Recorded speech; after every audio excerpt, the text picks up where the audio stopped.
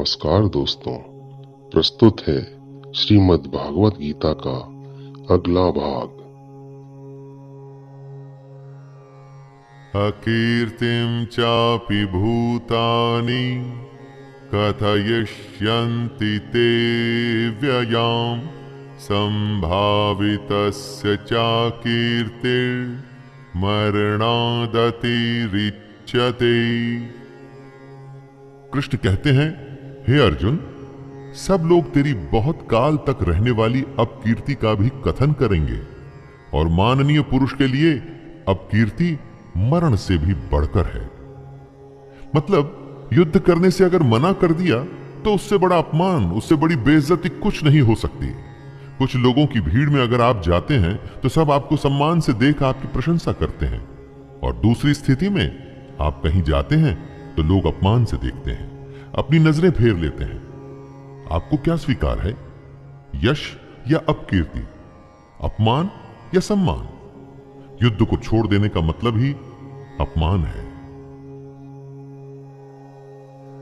भयाद्रणादुपरतं मंस यन्ते त्वां महारथाः येषां च त्वं बहुमतो भूत्वा यास्यसि लाघवम्। अर्जुन, जिनकी दृष्टि में तू पहले बहुत सम्मानित होकर अब लघुता को प्राप्त होगा, वे महारथी तुझे भय के कारण युद्ध से हटा हुआ मानेंगे। दोस्तों, अर्जुन को सब महान योद्धा समझते थे। अगर अर्जुन युद्ध से हट जाता तो वो उसे कायर मानते। चाहे अर्जुन हो या हम, युद्ध न करने में बहुत अपमान होता है। अच्छा या बुरा, छोटा या महान, सब तुलना का खेल है दोस्तों।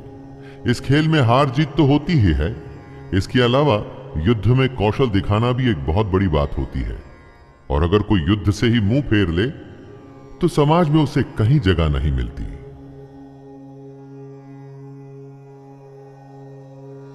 अवाच्य वादांश्च बहून् वदिष्यन्ते तवाहिताः निन्दन्तस्त्वसामर्थ्यं ततो दुःखतरं नु किम्।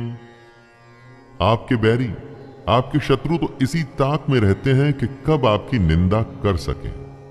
युद्ध से भाग के उन्हें ऐसा मौका क्यों देना? हे अर्जुन, तेरे बैरी लोग तेरे सामर्थ्य की निंदा करते हुए तुझे बहुत से न कहने जैसे वचन भी कहेंगे। उससे अधिक दुख और क्या होगा? अपने चारों तरफ देखिए दोस्तों, ऐसे लोगों की कमी नहीं होगी जो इस मौके की तलाश में हैं कि कैसे आपको नीचा दिखाया जाए। अगर ये मौका आप खुद ही उन्हें परोस कर दे देंगे तो सोचिए उन्हें कितनी खुशी होगी। फिर हमें उन्हें यह मौका देने की क्या आवश्यकता है? हतो वा प्राप्स्यसि स्वर्गं जित्वा वा भोक्ष्यसे महीम् तस्मादुत्तिष्ठ कौन्तेय युद्धाय कृतनिश्चयः।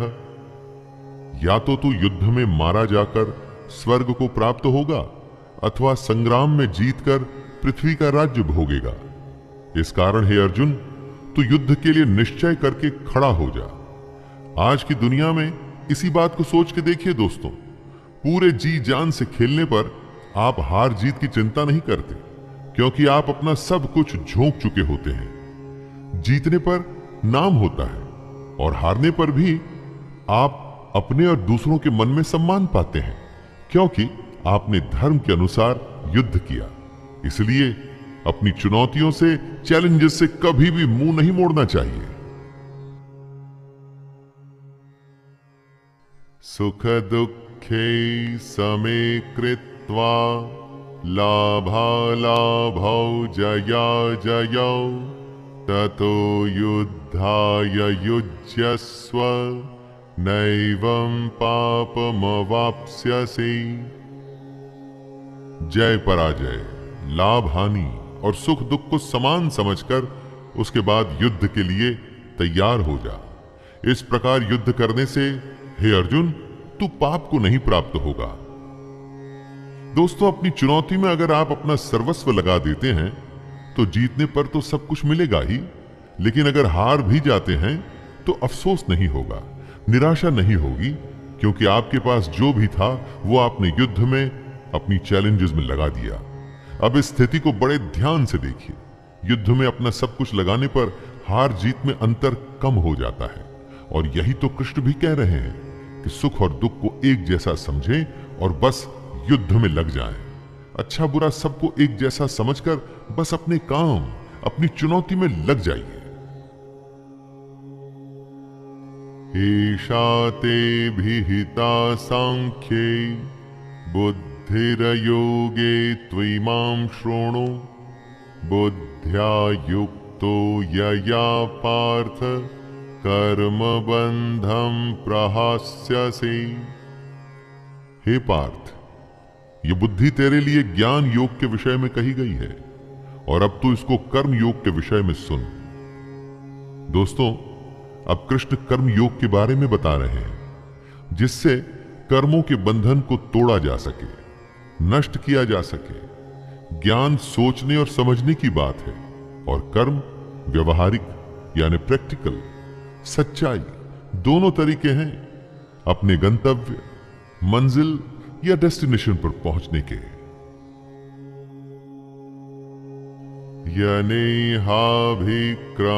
यनेहाभिक्रमनाशोस्ति प्रत्यवातो न विद्यते स्वल्पमप्यस्य धर्मस्य त्रायते महतो भयात्।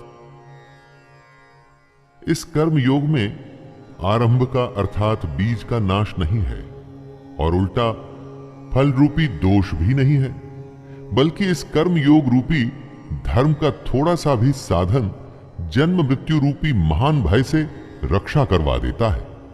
सबके लिए ज्ञान का, साधना का, साधुओं का मार्ग संभव नहीं है। हमारे जैसे अधिकतर लोगों को कर्म योग अपनाना चाहिए।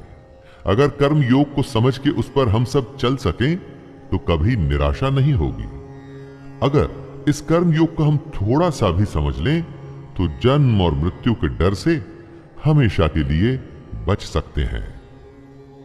व्यवसायात्मिका बुद्धिर एकेह कुरु नंदन बहुशाखा ह्यनन्ताश्च बुद्ध्यो व्यवसायिनां।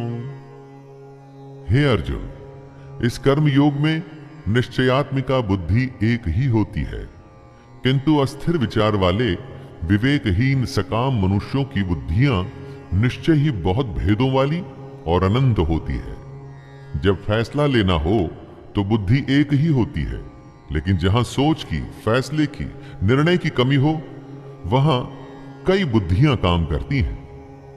यहां अनिर्णय की स्थिति के बारे में कहा गया है। दोस्तों, जब आप फैसला नहीं ले पाते हैं, कोई डिसीजन नहीं ले पाते हैं, तो न जाने कितनी ही दिशाओं में आपका ध्यान, आपकी बुद्धि जाती है।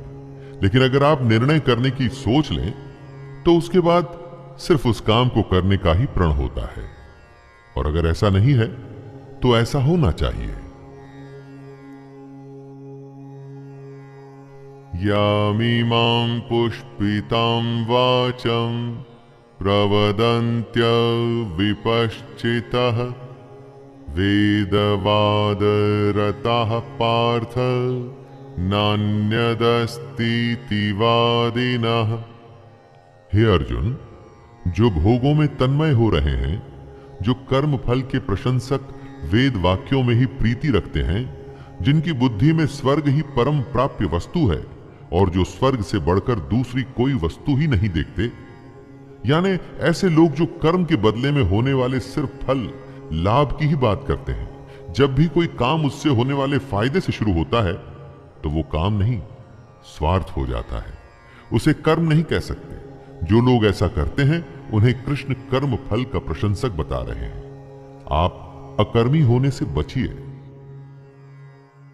कामात्मानः स्वर्गपरा जन्म कर्म फलप्रदां क्रिया विश्लेष बहुलां भोगैश्वर्य गतिम प्रति।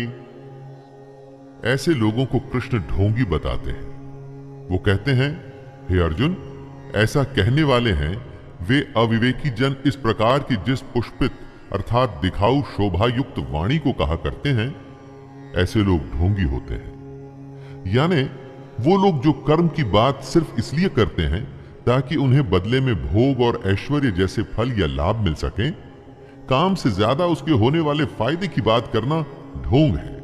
कई लोग आपको मिलेंगे जो जमीन पर इतना काम नहीं करेंगे जितना वो हवाई किले बनाएंगे। दोस्तों, ऐसे ढोंगी लोगों से बचना चाहिए। भोगैश्वर्य प्रसक्तानां तया परित चेतसां व्यवसायात्मिका बुद्धिः समाधौ न विधीयते। जो कर्म की बातें सिर्फ भोग और ऐश्वर्य के लिए करते हैं, जिनका ध्येय सिर्फ भोग और ऐश्वर्य है, उन पुरुषों की परमात्मा में निश्चयात्मिका बुद्धि नहीं होती। यानी ऐसे लोगों का ध्येय स्वार्थ होता है, फायदा होता है। भगवान या अपने काम में सच्ची लगन नहीं होती। ऐसे लोगों की संगत से बचना चाहिए। इनकी पहचान होती है इनके नेगेटिव रवैये से। इनकी बातों से आप समझ जाएंगे कि काम में इनकी कोई रुचि नहीं, बस उस काम का फल भोगने में इनको बहुत रुचि है। त्रैगुण्य विषया वेदा निस्त्रैगुण्यो भवार्जुन निर्द्वन्द्वो नित्यसत्वस्थो निर्योगक्षेम आत्मवान।